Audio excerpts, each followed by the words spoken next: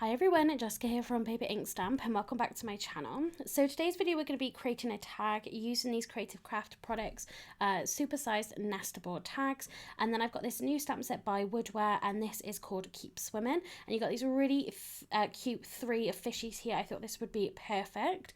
I'm going to be using this stencil from Funky Fossil Designs. This is called Fishy, and I've got three distress oxides. I've got salvaged patina, I have got pine needles and chipped sapphire, and I've also got some crackle paste as well, which I'm going to be putting through my stencil. So to begin with, I've already die cut one of these tags, and I'm going to just do a little bit of ink blending. I'm going to start with salvaged patina, then the middle will be pine needles, and then into chipped sapphire. So this is, I'm hashtagging this tag Tuesday.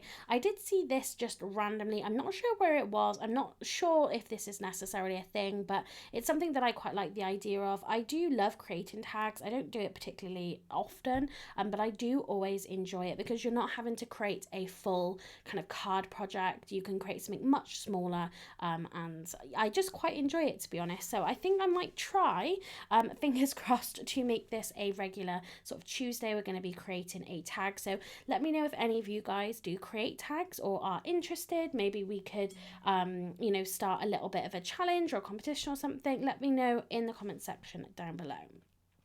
So as I said, I'm just ink blending these, kind of going back and forth between these three colours. I'm using this messy matte here. This is what comes from the Tim Holtz glass media matte, but I'm just using it just because it was easier to kind of wipe up rather than doing it on my actual black cutting mat. So now I've got that blend. This blend has come from Christina Warner. I have been practicing and looking at ink blends, distress oxide ink blends, and she has some fantastic resources available where she has put together combinations, and this is one of hers. And I would never think to put the pine needles with this because it just blends so beautifully.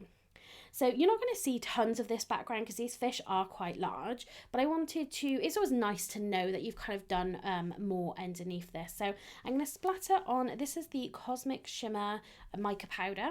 So this is just the pearlescent. I'm going to splatter this over. So you've seen I just popped some of the powder on my mat there, spritz some water on it, and just splattered it with a paintbrush. I'm also going to splatter just some water. It ended up being a little heavier than I would have liked, but to be honest, again, most of it ends up getting covered anyway, so it really doesn't matter too much. So I'm going to just dry this off a little bit with my heat tool. Now, the one thing I always notice is the back of my tags always get so messy. And I noticed then I got some ink and things on this. So later on, I am going to die cut a piece of blue cardstock that I'm just going to glue to the back. Again, if any of you have any tips, if you make any tags and things, let me know if this happens to you. Let me know what you do about it. Like I said, so you can see here I was kind of in an area whether I wanted to do it or not, and so I do end up getting this out, but I don't die cut it until pretty much finish the tag. Then I just glue them together, but otherwise I'm not really sure what to do. So next I'm going to do my stenciling. So I was tempted to try and get a little bit of pigment ink, white pigment ink, on here, but I just decided that I don't use my texture paste all that often. I've got the crackle paste that I really haven't used very much at all, so I wanted to get some of that through this stencil. So the stencil's quite thick. It's a really fantastic quality. You should definitely check out Funky Fossil Designs. Their products, I've got a couple of stamp sets, a couple of stencils, and I've got a die of theirs as well, and it's just really fantastic quality. They make all of the stencils themselves as well, which I think is brilliant. So yeah, I think they're really good, and if you're looking for some really interesting stencils, I would definitely check those guys out. So I'm putting this through quite thick. Obviously, when I tried to take some of this up, extra up off the stencil itself, it did kind of start taking the paste off you know, the actual fishes themselves, which I didn't really want. So I did layer on just a little thicker. I do, because you need to really clean this off straight away, otherwise it's going to go quite hard. I just ended up putting a wet wipe over the top of it on that medium mat then as well. And then it just keeps it moist, ready for when I finished to be able to wash that off. So I lost a little bit of footage here. I didn't realise that I hadn't been recording when I coloured these in. So I'd already coloured the two fish in even before I started the video. Firstly cut them out. My plan was to colour the whole of this fish in on screen. But yeah, it turns out I was missing that footage. But so literally just stamped this in some Memento Tuxedo ink. So it's alcohol friendly. Stamped this onto some Nina cardstock. The only thing I would say about this is the fish do hang over the tag, which is what I wanted, but you can see the ink through each side. When I turn it over at the end, you'll be able to see it, whether you got a thicker piece of cardstock that didn't sort of bleed through to the back again, or maybe it doesn't bother you, but that was something that I noticed. So coloured this in, just picked some colours, yellow, green, blue and orange here. Yeah, just really simple colouring. I really love how these look in. They're quite storybook to me. I think they're fantastic. I think I've seen them a couple of times, and then I seen them in the range over the weekend, and I thought I would just treat myself. So you've got two facing one way and one facing the other. I just love how these looked. I also really love how this tag is looking right now. You could really easily just pop a sentiment onto that. I think that blended background with those fish just look brilliant. And because this is the crackle paste as well, you do have some really lovely texture on there. So I'm just taking those little tabs off the edges and just sort of knocking off any of the excess texture paste that's kind of attached to it. Just making sure to be careful not to knock anything off your project. So this is roughly how I'm going to lay them out. And I'm going to add some foam tape, of course, because we've got that texture paste behind it. We're going to want a little bit of foam tape for some dimension and just to really help it stick to everything. And I'm just making sure that I'm not adding the foam tape kind of where it's going to hang over. And then I'm going to start with the bottom one, and I'm going to make sure that all of these are kind of in line. I really love this. The fact that they're overhanging as well, I think is really fun. This would be brilliant on a present, on a gift card, or even on a gift bag, sorry, or even then just on a card base. I'm not really sure what I'm going to do with these yet. I might put them on my Etsy shop to sell them, but I just really enjoy making tags, like I said, because you're not having to create a huge project. It's something quite small. I just really enjoy it. So I'm going to add my third one here. I really love how these are looking. I think this looks brilliant. And you've seen then just a glimpse where the alcohol markers had kind of bled through to the back a little bit. But again, you could then back them onto something, so you could glue them onto another piece and then fussy cut them out, because unfortunately there's no coordinating dies that I'm aware of.